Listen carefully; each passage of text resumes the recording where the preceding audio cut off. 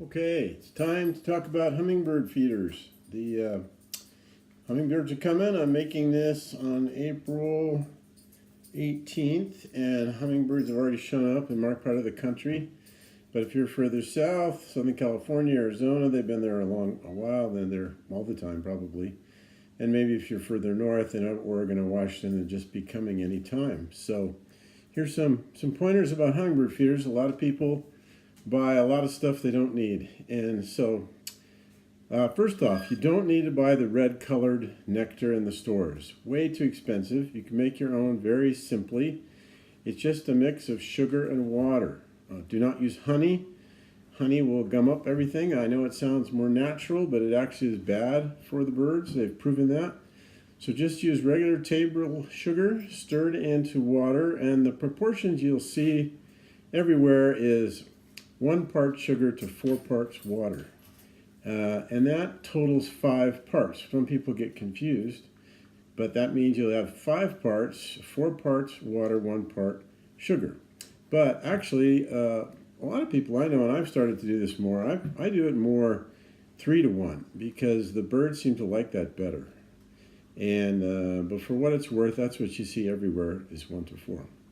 Well, this is a common feeder, and so you just fill it after you make the solution. I don't think you need to boil it unless you're going to keep it for a long time. Some people put it in the refrigerator in a big bottle and keep it for a while. Maybe you should boil it then. That kills any bacteria or fungus or anything that might grow in there. But if you're going to refill your feeders often, like I do, I don't find that necessary. If it's in hot weather, you need to change the feeder solution probably every 2 or 3 days, especially if you look in and it's cloudy. So again, don't use the red food coloring stuff that they sell in all the stores. Nobody really knows if it's bad for them, but it is certainly not necessary. So this is a regular common feeder. Just unscrew it here. and this kind comes with these yellow bee guards. These keeps bees or wasps from hanging out and slurping up the solution. You can take them out, and in fact I recommend it when you go to clean these. And you can buy replacement ones if something happens to yours. And as I'll talk about later, the Orioles will often come and pull these things out, and I don't know where they take them. And so, but most bird feeding stores will have these extra ones. You can get them online at Amazon, what have you. One thing about hummingbird feeders is you've got to clean them regularly. Just hot water, and you can buy this. And again, most places where they sell hummingbird feeders will have these cleaning sponge-like thingies, and they go down in there. This one's totally dry. If they're wet, it's a lot easier. And you want to clean out everything you can. If you don't clean it out, you'll see black fungus developing. Again, not sure that's really bad for the birds, but it's certainly, I don't think birds will come anymore once it gets too bad. So you want to make sure you clean those on a regular basis. Do not use soap. Do not use vinegar. Do not use bleach. Just hot water. And the action of this, all those other things, will probably repel birds because once they get a little taste, who wants vinegar in their sugar? Another kind of feeder, which is really simple and inexpensive, is this one. This one, the whole thing just pops off. The top comes off. And it's got a little perch, so the birds will perch there while they drink out of the holes. I use this one a lot in later summer because by the time we get a lot of yellow jackets here, and even though this has the bee guard on it, it doesn't, the solution gets hot enough, it expands and drips. And so I find wasps hanging on these all the time, and the birds won't come if there's wasps on these. So this one is deep enough, I don't know if you can tell there, that you can fill it not all the way, and it's deep enough for the hummingbird's long tongue to get in there, but the wasp can't get in the hole. And so I like this later in the summer. Another thing you're going to need probably is what's called an ant guard. This hangs from your hook or your wire, whatever you're hanging a hummingbird feeder with.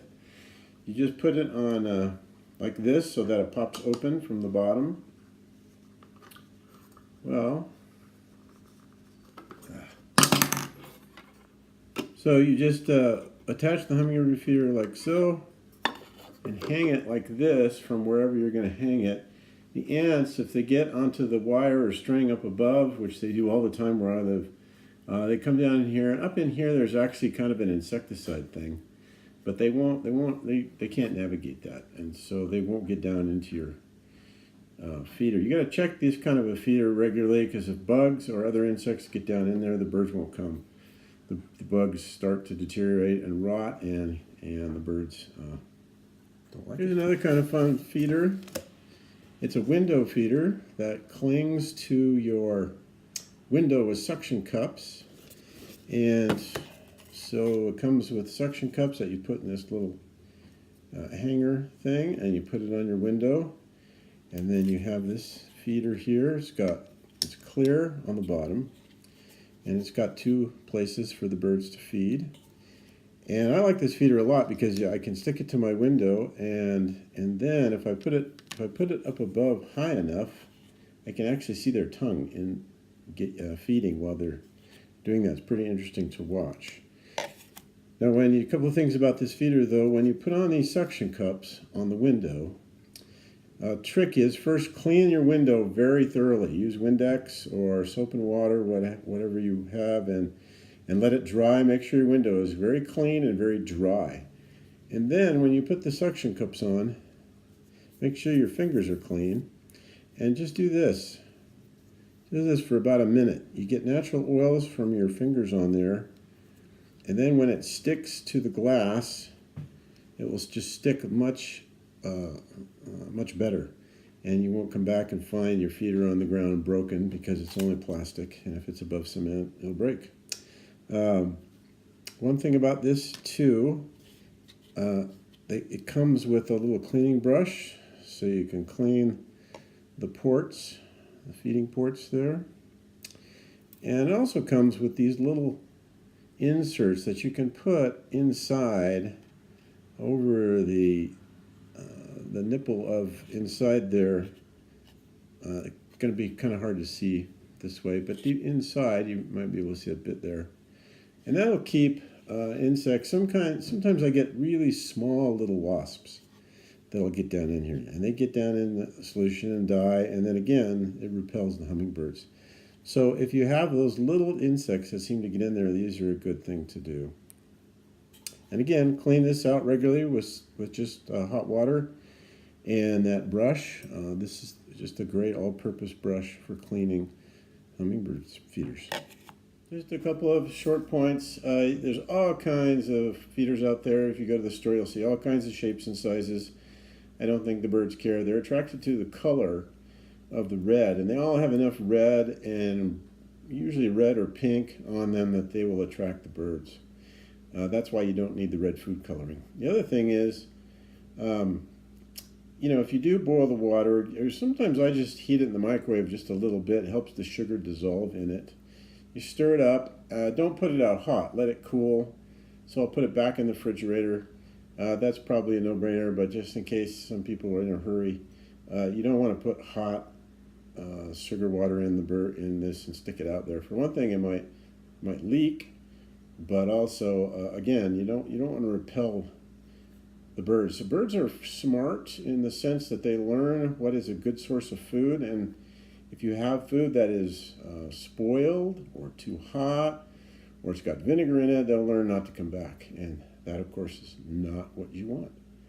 So have fun with hummingbirds this summer.